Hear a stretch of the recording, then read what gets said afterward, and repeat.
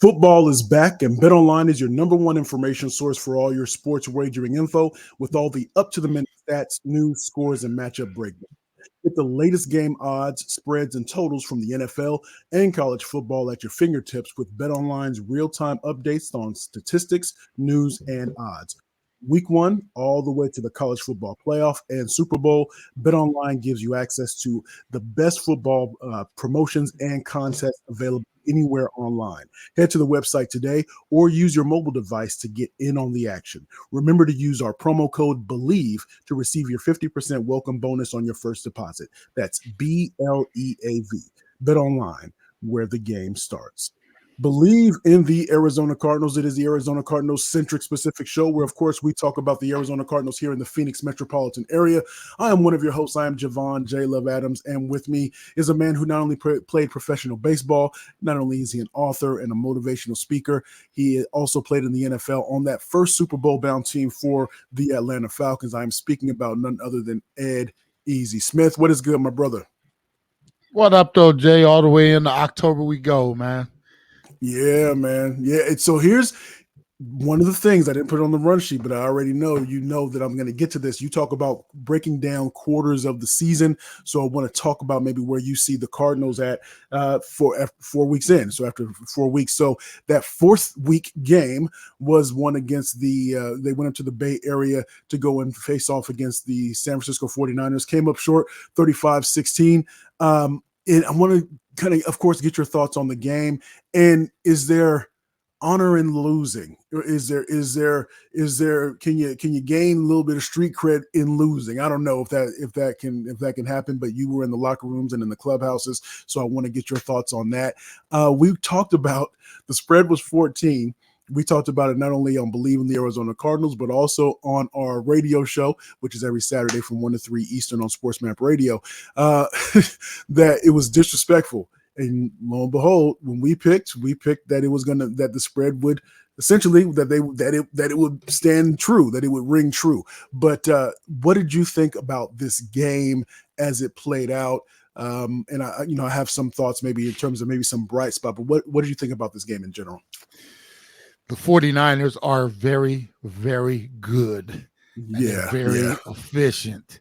Yes. And you need to give Brock Purdy some love, bruh. Yes. About it for a while. 20 or 21, 283, 1 touchdown, no interceptions, pass rating of 134.6. And he just looked fluid. And, the Cardinals went up there and it was, on the road, after a great win against Dallas. And, man, just the Niners, they just showed, hey, we're about handling our business. Think about this too, Jay. Your boy McCaffrey had 4 touchdowns, right? Mm-hmm. Kittle, 0 passes, no receptions, I don't think. Debo, very minimal. This was the McCaffrey show, and they didn't even use all their weapons. I think Ayuk got off a little bit. This was a game where San Fran, and I think I talked to you about this, San Fran was going to come out, utilize their running game, which they did, and they just pounded us. And before you know it, it was 7-0. Then it was 14-0, whatever it was. And at some point at the end of the first half, it was 21-10, which kept it respectable. Never felt like San Fran was in danger of like falling asleep and letting us crawl back into this one and making it a game down the stretch. Final score, 19-point margin. Spread was 14 once again. How the hell do they know that? But I will say this much. I give the Cardinals a lot of credit because they played really well in a tough loss. I mean, this was a game outmanned, out-rostered, out-coached, but they still did not go up there and embarrass themselves. They played hard. You got to give Joshua Dobbs credit. He stood in there. I got to give the offensive line some credit. Only 1 sack against that front. So was the game plan great in terms of getting the ball out, not letting him stand back there patting it, a lot of short stuff. But, our offensive line even held up even against that. So, defensively, I mean, you just run up against, if you ask me, a juggernaut, especially when they have that running game going like that. And as I mentioned, they didn't even have to use all their tools.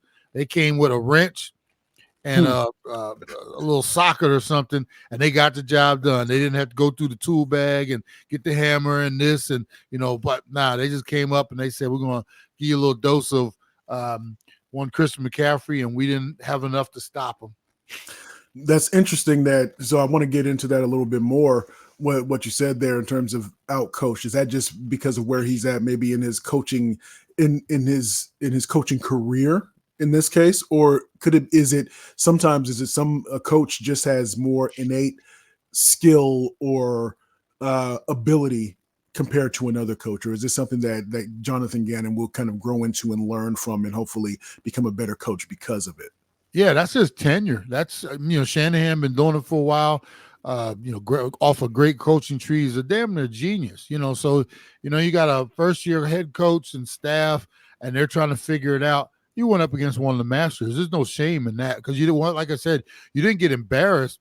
You just got outplayed because their players are better than ours, and out physical. We'll get there hopefully at some point. You got out coached because you're coaching against one of the greats in the game. And his schemes and their motions and different things they do, you can look at it on film all you want. And I know Gannon and the crew trying to figure out keys and this. And what does a great coach do? He comes out and gives you something you haven't seen all week, and that's just the little wrinkles. And that's what a great coach like Shanahan does. Who would have thought, with all the weapons they had, because you got to concentrate on McCaffrey, but also you just got to give Ayuk, you got to give Debo, you got to give Kittle all this attention too. And who would have thought that, hey, those guys aren't even going to really do anything. We're going to come out and we're just going to hit you with the McCaffrey hammer. And before you knew it was just too late. I mean, they were getting this dude off in all kind of ways. The blocking schemes. When you watch, Jay, from now on, like when you watch a team like San Francisco, Okay. watch the way they get guys like pulling guards and different things out into the schemes. Like they'll pull a guard from the offside to come around to lead McCaffrey, and you should see that you got to watch the blocks on the backside. In order to remove that guy from the backside, you got to have guys cutting off and maybe a tight end coming on wham blocks and stuff like that. It's so intricate the way they use pieces as like chess pieces. They'll take their pawn and move it here to block you from doing something so they can get their knight around the corner. It's so intricate what they do, and that's what I always tell people. You can only run so many plays in the NFL. There's only so many ways you can run power, right? Right. But you can block it 50 different ways. Meaning, Okay. There's only so many run call plays, power, wham, draws, whatever lead. There's different ways you block it though, and that's what's so amazing about what San Francisco does. And it's like I said, they were just on point this week. So like you mentioned it, so let's get into it. You mentioned the physical. We talked about it a couple times last week. The physical nature of the 49ers, was that on display for you in the game yesterday? Absolutely. They didn't manhandle us, but they handled their business. Their front. I mean, first off, we only got they only had to throw the ball 21 times. And when you got a quarterback completing 20 of those, golly, and it wasn't dink and dunk. He was throwing. Right. Here's the other thing. Shanahan schemes dudes open. How many times you got Ayuk and them on those either a double move or there's one, like they use Debo to clear out his zone, and then you got Ayuk coming all the way across to replace him in the zone. And then it makes it so easy for Purdy. There's quick motions, the things they do, just scheming guys over. But then in the running game, 31 rushes, 124 yards. Obviously the bulk of that by Christian, but it was so efficient. It was, they were picking up. Here's the thing: first downs, you're looking at picking up 6, 7, 8 on first down. Second and 2s and 3s, and then they hit you with that quick, the 3-card money here, a little fake here, boom, over the middle. I mean, they were just, like I said, it was efficient. You would think that in scoring 35 points, man, they only had 62 plays according to this, 31 run plays, 21 pass plays. That's 52. Yeah. Damn, 52 plays and they scored 35 points. That's efficient. I guess I would have to check and see what the time of possession was. Let me see. Time of possession 29-14 for the 49ers. Okay. Yeah, so that was even. They just used theirs much more. They got whole lot more out of their 30 minutes compared to our 29, basically. So, and you mentioned that. So Bleav in the Arizona Cardinals. So I want to get into that a bit in terms of some of the stats, or how stats don't necessarily tell the whole story. So I think there were some positives, and so maybe get your thoughts on this third down efficiency for the Cardinals. I thought that they were, they were really really efficient. So 8 for 15 in terms of third down efficiency. They were 0 turnovers on offense, and you mentioned that in terms of what sacks. I want to go down to sacks. Only I don't one. think I see any. Yeah, so 1 sack, but and then they won the time of possession. I mean, it was essentially even, but there was 30 minutes and some and 46 seconds for the Cardinals versus 29-14 for the 49ers. But then if you're looking at the stats again, if you didn't know the score and you just saw 3 for 5 in terms of third down efficiency, you would say, well, gosh, what maybe did the 49ers not, what was going on? Did they have a lot of turnovers? No, they just didn't need third downs because they were getting those. They were converting on second down and being able to continue to get the chains moving. Yeah, they didn't. This is one of those situations, man, where we played about as well as we could, considering the talent gap, roster gap, Right. and a lot of times that's not taken into account. It's like, well, they get paid just like we do. Yeah, they get paid just like we do, but they got some dudes over there where we don't have dudes, so their roster is much better. And I applaud the fact that you kept Bosa.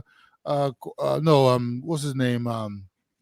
Who's there? Yeah, is it Bosa? Yeah, Bosa. Yeah, Bosa kept him quiet. The sack that we gave up didn't come till later in the game. And get this, Jay, this was a game where we were behind, trailing most of the time, and even toward the end, we had to throw the ball, and they knew it, and we still held up.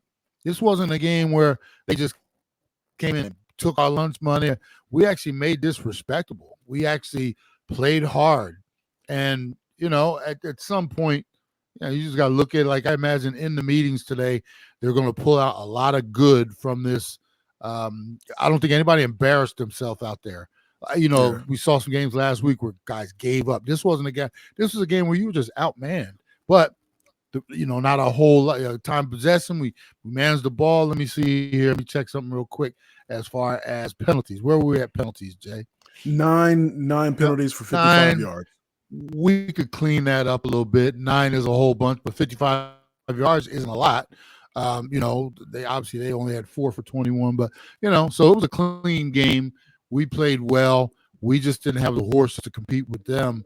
But there was no shame in this one right here. I would say the one knock I would say is at some point, if you got to put 2 dudes on him, if he's the focus that day, we got to stop McCaffrey. And this is week to week. Say next week you're playing somebody, and that whatever, like we're playing Cincinnati coming up. If Jamar Chase, Cincinnati. If Jamar Chase is getting off, then you got to make the adjustment during the game to stop Jamar. This was a case where, okay, by the third quarter, you saw the theme of the movie. And it was like, okay, when are we going to put 2 dudes or bring an extra dude down into the box to stop what they're doing? And that was the one negative I would say. We never made that counter to say, okay, we're going to take away McCaffrey because you have a bunch of weapons. We don't know how you were going to attack us, but we now know what your mission is for the day. We are now going to stop him. You're going to have to do something else to beat him. We never made that move. That was the one negative I would say. Does that go back to the coaching tenure? I mean, that should be something that's coaching, but that shouldn't be something that you should have to have tenure in order to be able to do, right? To be able to make those adjustments. You know what that is, Jay? That's like your freshman year. That's English Lit 1. That's not that isn't advanced calculus or something. If you're a mathematician, that is like basic algebra. Freshman year, just to get you going, that's when, hey, okay, if that dude is beating the hell out of us, we got to stop him or change something. That's not, that's not advanced calculus as far as I'm concerned. So you're right. That's something that they should have known, and hopefully this is a great lesson for them moving forward, and we'll see them progress in that manner because they got to look at the tape too. And then you're like today, imagine they're sitting in the room. Why didn't we like bring somebody down to stop him, or why don't we blitz a little more to put some pressure on Purdy? He's sitting back there just patting the ball 2020. Because if you're on offense, you're seeing that saying, hey, how come they not stopping that dude? They see what he's doing. I see what he's doing. Can't you do it? Can't you try? Here's the thing, Jay. I remember weeks of emphasis when I was playing. Okay. For instance, they would actually put red jerseys on this dude because as you're simulating, and that would come to me sometimes. I ran a lot of the scout team stuff. Okay, you're gonna be Shannon Sharp this week because we're playing Denver. So what we need you to do, you need to study Shannon Sharp and run the routes the way he does. And then they put the red jersey on you because they want to focus on, hey, any team in there, that's who he is. Same thing with, so as you're watching them, as you're going through the week of practice, you're like, wait a minute, at some point, are we going to try to stop him like they tried to stop me in practice? And it's like, nah, they just got to let that one roll. And that will be the lesson learned moving forward, Yeah, because the coaches are watching, like, how come we didn't, so yeah, there's a lot of that going on in the coaching room this week. To your point, I just want to kind of go as we kind of put a bow on the game. And again, I want to talk what you think about progression, if anything, from the Cardinals. But the efficiency of the 49ers, it was, what is it? It was 12. I just had it right in front of me. 12.3 yards per pass. And especially when you talk about being 20 for 21 as a quarterback, that's just amazing. And then when you also look at what was it? It was 7.5 yards per play that the 49ers had. So when you look at that, that is to be commended, if nothing else.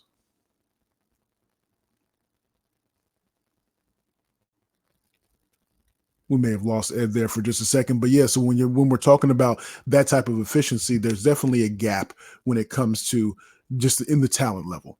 But one of the things that is in terms of reading the articles here locally and being able to look at those things, what you see is that the Cardinals that you can see a little bit more of, I guess there's hope that springs eternal when you have a team that's not giving up, that is staying at least in games. There's some opportunities to grow from the coaching side of things. Again, adjustments, but Ed was talking about just looking at the basic things when we're talking about making some of those adjustments and not just letting somebody score 4 TDs on you, but it's also important to keep that in mind as well. I think there are definitely bright spots on this team, but it's going to be interesting to see. We know, I think there were some reports that Kyler Murray's still a few weeks out. So when will he come in, and when will he be able to, we see what he can do with this bunch, with this group, with this coaching, with this the offensive mindset, with the philosophies that a Petzing has, and being able to mesh that with what head coach Jonathan Gannon has as well. So it's going to be interesting, and we know that they have the Bengals coming up here at the end this upcoming game, a home game. So what will there be that lag effect? Will there be that hangover effect from a physical game with the 49ers? Hopefully not. The Bengals, they're banged up. It's the tale of 2 1-3 teams that will be coming into State Farm, that will be playing at State Farm Stadium on Sunday. So that's how we do it here. But so a little bit of a drier, shrunken version of Bleav in the Arizona Cardinals. The Cardinals fell short, but not for lack of effort. And again, they kept their quarterback. They kept their quarterback from getting hurt and injured, especially with the number of times that he had to drop back. Definitely some things to learn from a coaching perspective in terms of adjustments. Adjustments are key when it comes to everything. I think we got Ed back here. Yeah, so I was saying as we got you back here, Ed, is just saying that when it comes to the Cardinals with their upcoming matchup with the Bengals, the key is going to be adjustments. Adjustments is going to be the kind of the overall theme, because that's what you want to be able to see is growth. I don't think that the fan base can be disappointed with the effort of their team so far. They would want a better record unless you're trying to get in that Caleb Williams sweepstakes, but we'll see how that goes for sure. Yeah, and sorry for me, my internet giving away on me like that, but yeah, that's one of the things we definitely want to see in terms of the growth of this, coaching staff is making the adjustments. We got a wounded team coming in here. We'll talk about the matchup later this week. But this went from a game on the schedule at the start of the season, like you just put that L on the screen. Jay, this might be a Yeah. game that we can actually get. This is you got a Bengals team coming in, like I said, not 1-3, not playing well. We are playing well.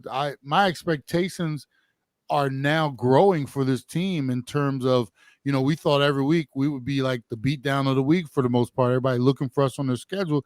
Whereas now it's kind of like, these dudes came to play, are coming to play, and they could surprise us a few times throughout this season. So, this game went from, like I said, one that didn't have much hope attached to it to, by the end of the week, it'll be interesting to see what the spread is at home against, we thought that there wouldn't be a game we'd be favored in all through the year.